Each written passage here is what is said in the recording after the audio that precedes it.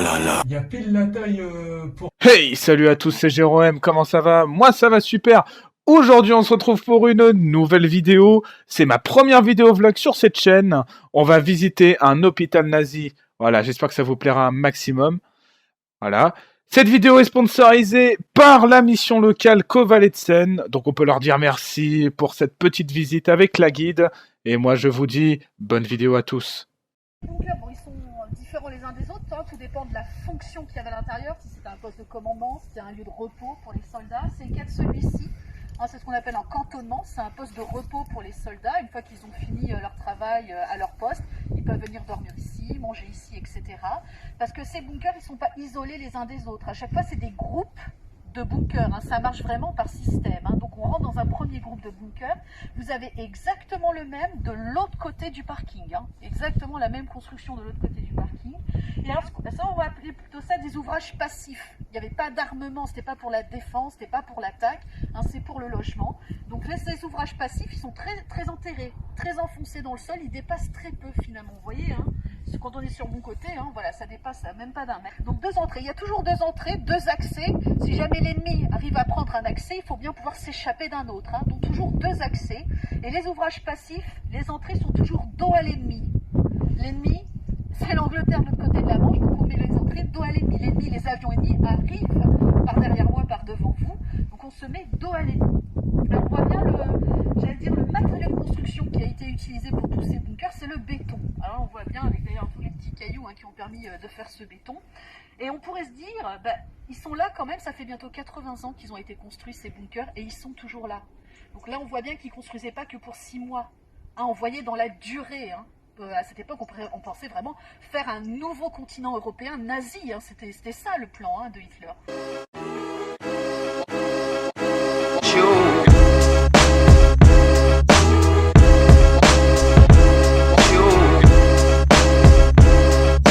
Alors nous allons faire la visite guidée du deuxième bunker.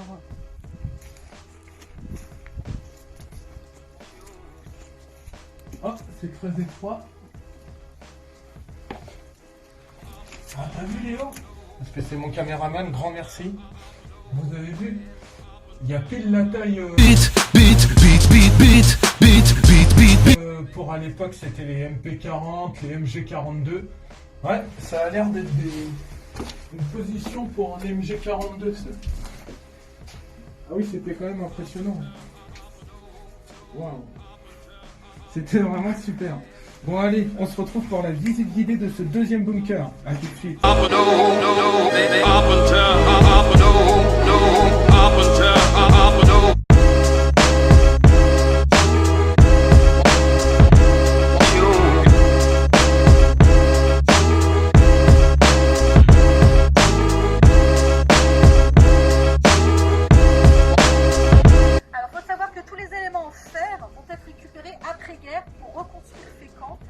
Reconstruire le port de Fécamp. Les Allemands ils sont partis fin août 1944, les Alliés, les Britanniques arrivent le 2 septembre 1944 pour libérer la ville, les Allemands sont déjà partis, sauf qu'avant de partir, on va le détruire. Alors déjà on détruit toutes les munitions, etc. Il ne faut pas que ce soit récupéré par les Alliés. Pour vous donner une idée de la profondeur du bunker, c'est difficile à imaginer, la route passe au-dessus du bunker. C'est-à-dire que depuis le parking, si ensuite on tourne vers la droite, vers Senneville, pour continuer sur le plateau, on roule sur ce bunker, et bien le bunker il dépasse des deux côtés de la route. Donc c'est plus profond que la largeur d'une route. Voilà, ça vous donne à peu près une petite idée. Alors c'est ce poste de commandement qui était relié au poste d'observation de l'autre côté ou en bord de falaise et qui ensuite distribuait les informations au poste de tir. Donc aussi, la grosse batterie, les 6 canons qui se trouvaient sur ce plateau. Et donc là maintenant on va vous présenter le poste de commandement qui est juste là. Voilà, c'était là où ils plaçaient les gros canons de 180 et 90 mm. Voilà, donc on va aller visiter, c'est parti.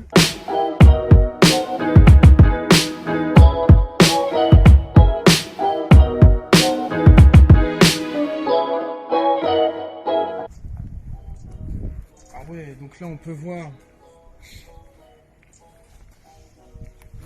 en se posant. Ah ouais, on peut voir que c'était stylé. Hein. Ah oui, c'était vraiment fait pour la protection et tout. D'ailleurs, on peut voir aussi que voilà, il y avait même pour descendre, on pouvait descendre.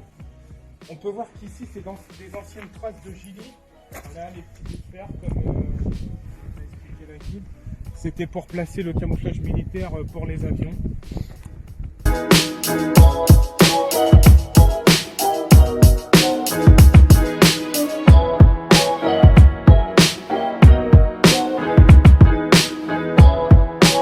Hey, donc du coup nous allons tout de suite visiter l'hôpital allemand. Voilà, alors on vient d'apprendre que c'était pas totalement un hôpital, mais voilà, on va le visiter quand même. À tout de suite.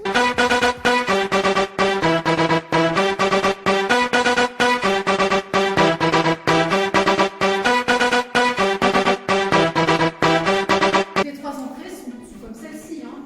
Les trois couloirs. Bonjour, je suis Olivier de Carglass. Alors les enfants, faut savoir que c'est la voix off qui vous parle. Je vais vous annoncer un truc, la qualité micro est carrément dégueulasse dans l'hôpital, donc soyez indulgents si vous entendez des... Voilà, c'était GROM, bonne vidéo. On verra les deux couloirs, c'est les couloirs. Alors, il y a eu la main qui fait frais quand on rentre. Ouais. Il faut savoir qu'une fois qu'on est dans la pierre, ben, c'est la même température toute l'année. Il fait aux environs de 12 degrés. Toute l'année, ça ne change pas, avec beaucoup d'humidité à l'intérieur. C'est pour ça qu'aujourd'hui, certaines carrières, les anciennes carrières de pierre, sont utilisées, ben, je pense, au Bordelais, le long de la Loire. C'est là où on stocke les bouteilles de vin pour faire vieillir le vin. Parce que c'est parfait, beaucoup d'humidité et la même température toute l'année. Autour de Paris, vous avez des champignonnières. Il y a des champignonnières dans la roche, hein, dans les anciennes carrières de pierre. Ça fait partie, voilà, ça fait partie d'une fois qu'on est dans cette pierre. On voit très bien d'ailleurs hein, le silex, les couches noires de silex, la craie calcaire qui s'y trouve. La craie calcaire, c'est très tendre comme pierre, donc c'est facile à creuser cette pierre. C'est pas la même chose le silex, c'est beaucoup plus dur. Hein. Là, par contre, pour creuser dans le silex, voilà, on y met un petit peu plus de force. Donc il faut savoir qu'afin de creuser ces cavités, c'est quand on a trois grandes salles. Celle-ci n'est pas la plus grande, on va dans les 5-6 mètres de hauteur, vous voyez qu'on a pas le creuser, un gros volume à l'intérieur. Et bien ils ont fait ça avec des marteaux-piqueurs. Et on voit les traces des marteaux-piqueurs, c'est tout, vous voyez les lignes dans la pierre, tous ces traits un petit peu partout, ce sont les marteaux-piqueurs qui ont laissé ces traces. Et alors, vous voyez, pour attaquer la pierre aussi, on creusait on attaque la pierre, on fait des trous. Et dans ces trous, c'est là où les jeunes mettaient les bougies qui piquaient dans la chapelle pour s'éclairer. On voit les suies, les traces de suie des bougies. Et là, juste derrière vous, de l'autre côté, on en a deux belles. Et on a, dans chaque salle, on verra ces traces de suie. Voilà, qui éclairaient les bougies, exactement, qui éclairaient ces jeunes. Et vous allez voir qu'il y en a partout, ils sont vraiment allés partout. Ils ne sont pas contentés de rester dans la première salle. Ils ont vraiment fait tout le complexe. Hein. Alors, vous avez une photo qui est présentée.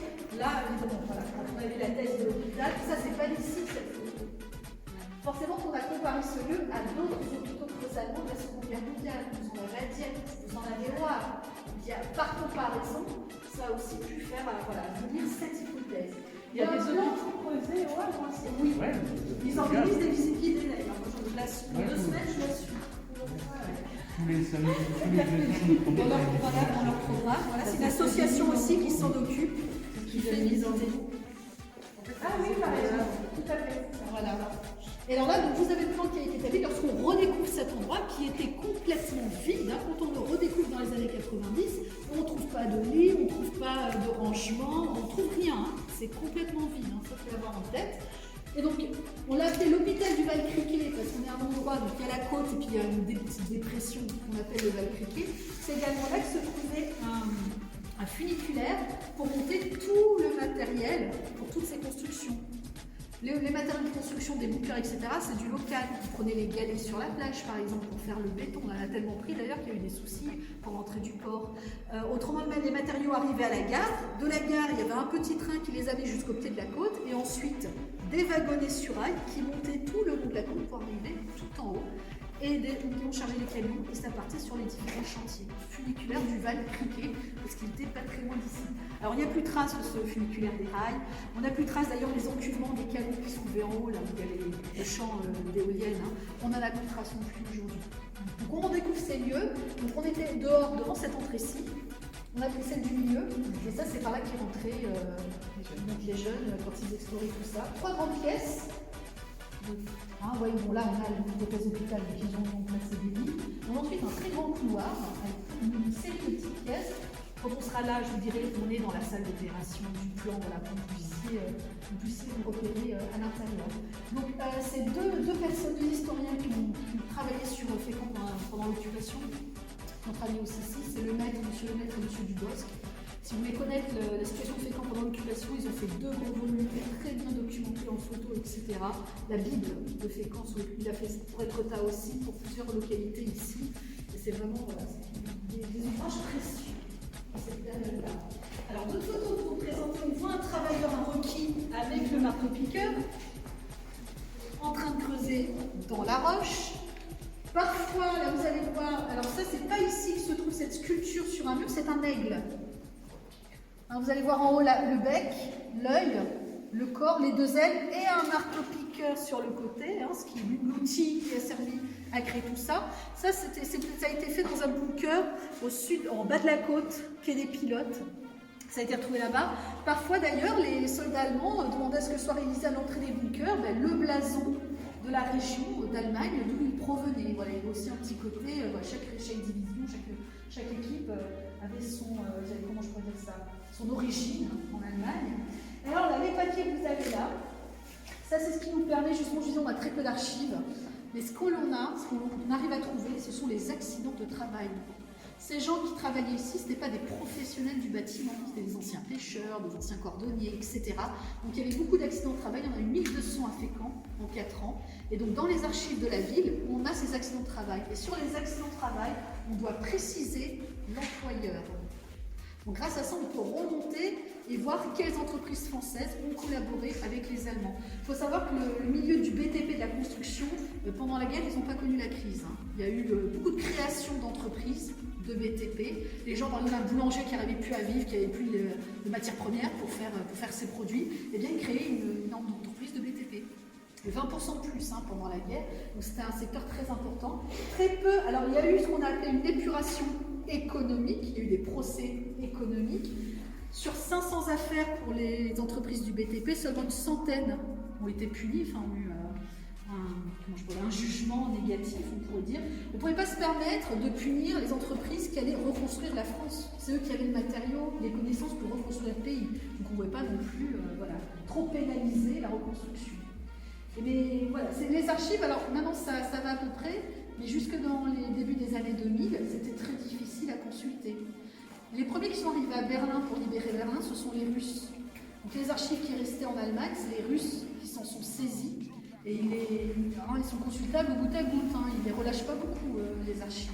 Donc c'est pour ça que je vous disais, voilà, on a très peu de sources écrites de ce côté-là. Alors on va passer dans l'autre grande salle. On va arriver à la partie la plus intéressante de la vidéo, la visite de l'hôpital. Allez, bon courage. Creuser à l'intérieur pour bien sortir, cette pierre qu'on va extraire, il faut la faire sortir. Non, le foot, non, c'est pas le foot, ça.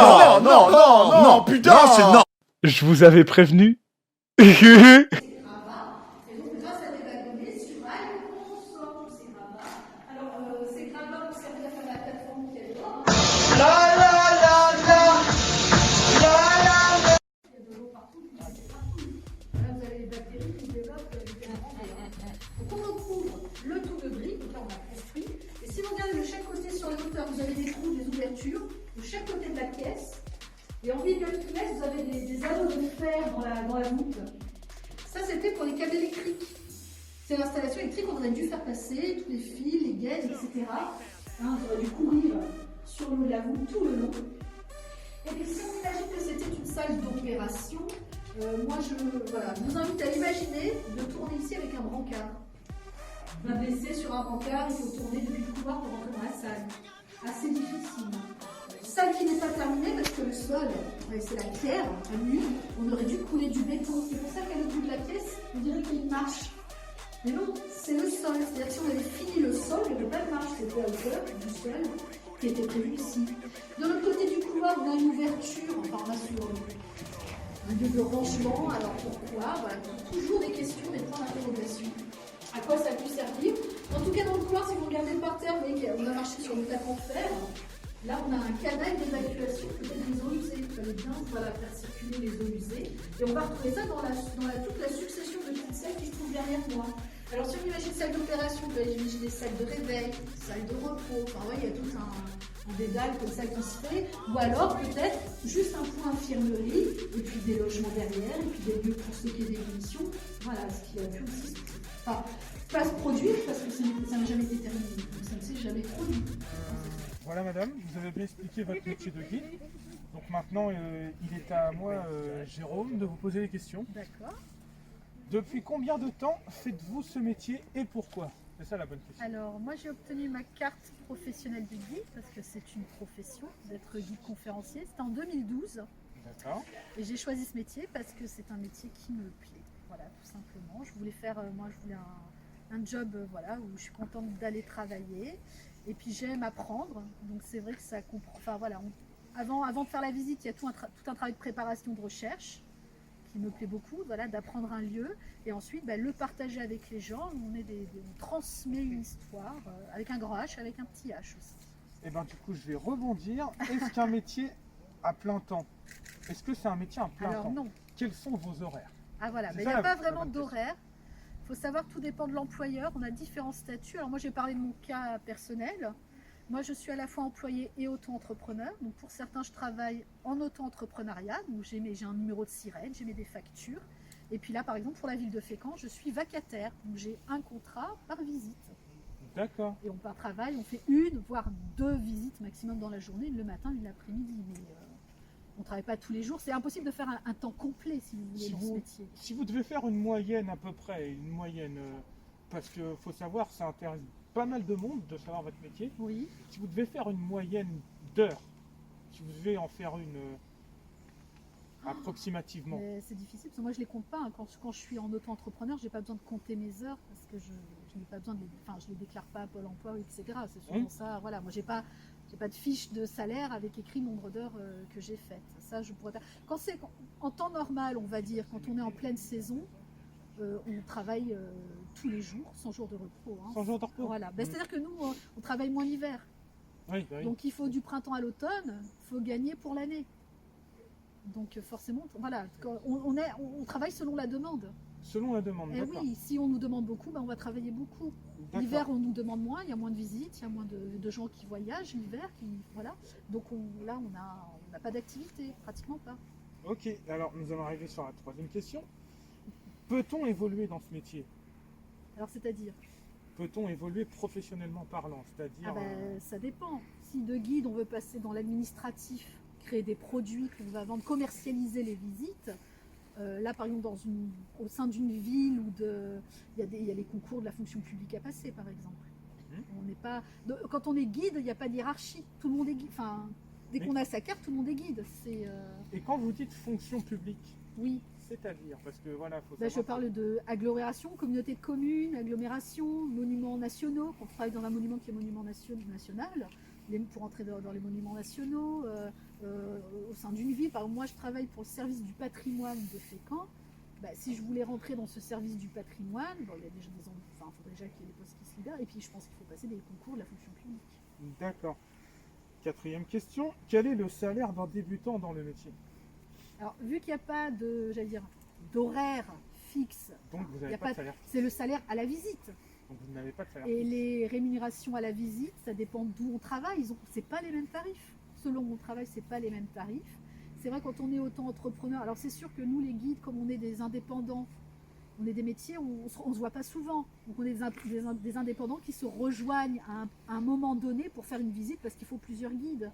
Mais c'est vrai que du coup, les tarifs, à moins d'en discuter entre nous, quand on fait une facture, on facture peut-être pas forcément la même chose. Enfin voilà, c'est tout un... Donc, c'est à peu près un accord à l'amiable, à peu près. Alors on se regroupe en fédération. Il y a des associations de guides, des fédérations de guides. En Normandie, il y a la fédération des guides de Normandie, qui nous permet de faire un peu groupe, bloc aussi, pour défendre notre profession. J'entends bien ce que vous me dites. Voilà. Quelles sont les études pour faire ce métier? Sont-elles payantes? Alors, pour devenir guide, si on a de l'expérience, on peut passer une validation d'acquis, par exemple, ça peut se faire. Ou alors, c'est à l'université. Voilà. Il faut un bac+2 pour entrer en lycée, une licence de guide conférencier. Il y a quelques dizaines dizaine d'universités en France qui font cette formation. D'accord. Et à la fin, on obtient donc voilà, Votre petite carte. la carte de guide professionnel. Donc, j'ai même derrière la carte de la Fédération des guides de Normandie, qui est juste derrière et qui nous permet de faire notre métier. D'accord. Et ce que je voulais savoir, c'était, faut quand même avoir une certaine culture générale du monde de l'histoire de France Oui. ou de l'histoire en général Alors, pour faire guide. alors, On ne peut pas, alors c'est vrai que beaucoup ont fait des études avant d'histoire ou d'histoire de l'art, mais c'est pas le cas de tout le monde. Moi, c'est pas du tout ce que j'ai fait avant. Moi, j'ai fait de l'art plastique, j'ai fait des langues scandinaves, enfin rien à voir. J'ai des collègues avant, ils étaient comptables, ils étaient informaticiens. Du moment qu'on aime apprendre, les visites, ça se travaille et on travaille beaucoup pendant l'année pour être formé, hein, on travaille énormément.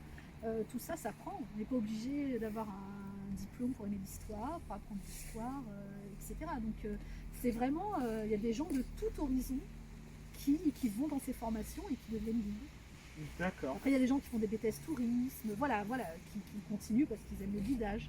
Mais il y a vraiment, c'était vraiment différents profils. Y a-t-il des portes ouvertes pour découvrir ce métier? Alors, des portes ouvertes, c'est vrai que c'est beaucoup. Alors, soit par Internet, où on va trouver des informations sur cette profession. Portes ouvertes, non. Ah, les universités ne font pas vraiment de portes ouvertes, hein, c'est vrai. Il faut se renseigner quand même par soi-même hein, pour trouver comment on devient conférencier, hein, c'est vrai. D'accord. Avez-vous fait visiter d'autres sites que celui-ci? Alors moi oui, alors il faut savoir que donc là on est à Fécamp, j'habite Fécamp depuis même pas un an. Donc avant, moi j'ai travaillé, donc j'étais en Picardie, donc je faisais visiter Beauvais, le château de Pierrefonds, Compiègne. Je fais beaucoup aussi les croisières sur la Seine, donc Giverny, Vernon, Les Andelys, Rouen, Plage du Débarquement, enfin tout le long de la Seine quoi en gros. J'ai déjà travaillé au Mont-Saint-Michel, au château de Vincennes à Paris, enfin voilà, c'est un métier qui nous permet de bouger beaucoup et c'est vrai que bon après ça dépend des gens. Hein. Des fois, une fois qu'on a fait le tour, on aime bien aussi voilà, le changement pour apprendre de nouvelles choses. Alors, je vais rebondir sur ce que vous nous avez parlé dans l'interview tout à l'heure. Oui, Vous nous avez dit que vous parliez les langues scandinaves. C'est alors ça? je les ai étudiées donc, il y a 10 ans hein, que j'ai quitté. Il y a 10 ans, donc, et ben, la question va être rebondite. Parlez-vous plusieurs langues? Lesquelles? alors, il faut savoir que pour avoir la carte de guide conférencier, c'est une carte trilingue. Donc, il faut trilingue, donc il faut parler français, généralement anglais et encore une autre langue. Donc, moi, par exemple, j'ai passé ma carte en espagnol. D'accord. Il faut déjà maîtriser les langues étrangères aussi, ça fait partie de la formation. Et après, chacun, selon ses origines familiales, voilà, il y a aussi pas mal quand on est étranger, qu'on vient vivre en France, bah, forcément on maîtrise du coup les langues étrangères, donc il y a aussi pas mal de gens comme ça. C'est-à-dire que les guides français, il y en a beaucoup qui viennent ici de l'étranger, qui sont français aujourd'hui ou pas d'ailleurs, mais qui sont européens et qui leur permettent aussi de guider dans leur langue maternelle. D'accord. À quelle fréquence faites-vous pour les visites? Alors je vous ai dit, hein, quand on est en haute saison, ça peut être tous les jours. D'accord. C'est vrai que nous on travaille le week-end, on travaille les jours fériés, on travaille à Noël. Alors, s'il y a une demande, voilà, il faut répondre à la demande. Et puis par contre, on va dire que janvier, février, là c'est vraiment la période creuse. Hein. Période On a creuse, beaucoup d'accord. moins là. Quels sont les avantages et les inconvénients de ce métier?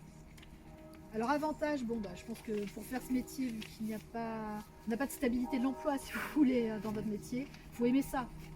Voilà, quelqu'un qui n'aime pas guider, qui n'aime pas apprendre, qui n'aime pas partager ce qu'il a appris, on ne peut pas le faire bien, c'est pas possible. Donc il faut aimer ça. Et après, voilà, il y a le côté aussi, quand on est auto-entrepreneur, on travaille si on veut travailler. Enfin, je peux décider de refuser une visite parce que j'ai pas, personne m'emploie si vous voulez. Donc voilà, si j'ai besoin de ne pas travailler, je peux ne pas travailler. Par contre, c'est sûr qu'on ne peut pas trop dire non parce qu'après on ne nous redemande plus. Enfin, c'est à double tranchant. D'accord. Voilà. Je vous remercie pour cette petite interview. Merci à vous. C'était bien aimable. Et au plaisir, à la prochaine. Avec grand plaisir. Pas de souci. Voilà, j'espère que cette petite vidéo vous aura plu. N'hésitez pas à lâcher un pouce bleu, un petit commentaire, ça fait plaisir. Et moi je vous dis à la fois prochaine pour une nouvelle vidéo.